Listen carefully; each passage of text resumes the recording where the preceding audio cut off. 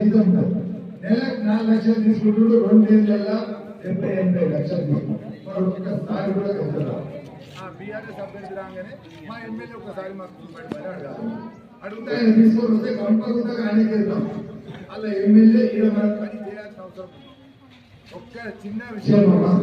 మన bus stand ఎన్నేళ్ళే కట్టబట్టి అదే సిద్దిపేట హరీష్ రావు 3 నెలల పాత బస్ స్టాండ్ కూలగొట్టిండు, కొత్త బస్ స్టాండ్ కట్టిండు. మరి ఈ ద్వారా ఎప్పుడు తాయి తిని పంటాడు కానీ ఏమైతుంది దాని గురించి పట్టించుకోవాలి. మనం ఆలోచించుకోవాలి. నా బాధ్యత ఆయన ఎవరి బాధ్యత?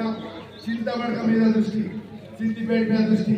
చింతమడకగా ఇంటికి 10 లక్షలు ఇచ్చిన తాగుడి తందనాడుడి పండుకోవాలి. మరి మన దగ్గర అవసరానికి 1 లక్షలు 2 లక్షలు 4 లక్షలు మనకి ఇవ్వాలి.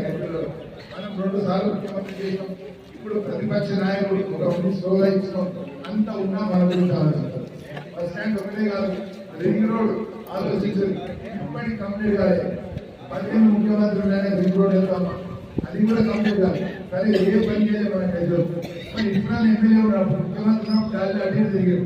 ఇప్పుడు ఎమ్మెల్యే అన్నకి చేస్తలేడు. మన గురించి ఆయన రెగ్యులర్గా రావాలి. క్యాంప్ ఆఫీస్ నడుపుడు ఒక్కసారి అడుగుతుంది. ఆయన బాధ్యత కదా. ప్రజలు ఏమైతుంది, ఎందుకు ఏమైతలేదు, వాళ్ళ గురించిన చేసిండు. సిద్దిపేటలో ఎప్పుడైనా ముఖ్యమంత్రి మనం చేసాం, మనం గురించి ఆలోచించాలి. అందుకోసమే అభ్యర్థి మాకు ఆ ఎమ్మెల్యే ఒకసారి కలిసి ఫ్రీగా ఉంటుంది.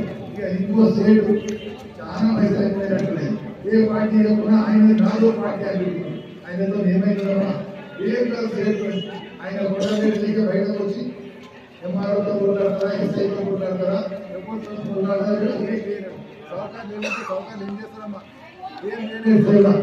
ఆయన ఏ పార్టీ అంటే ఆయన ఏముంటుంది.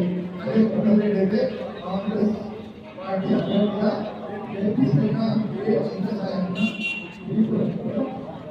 బాధ్యత.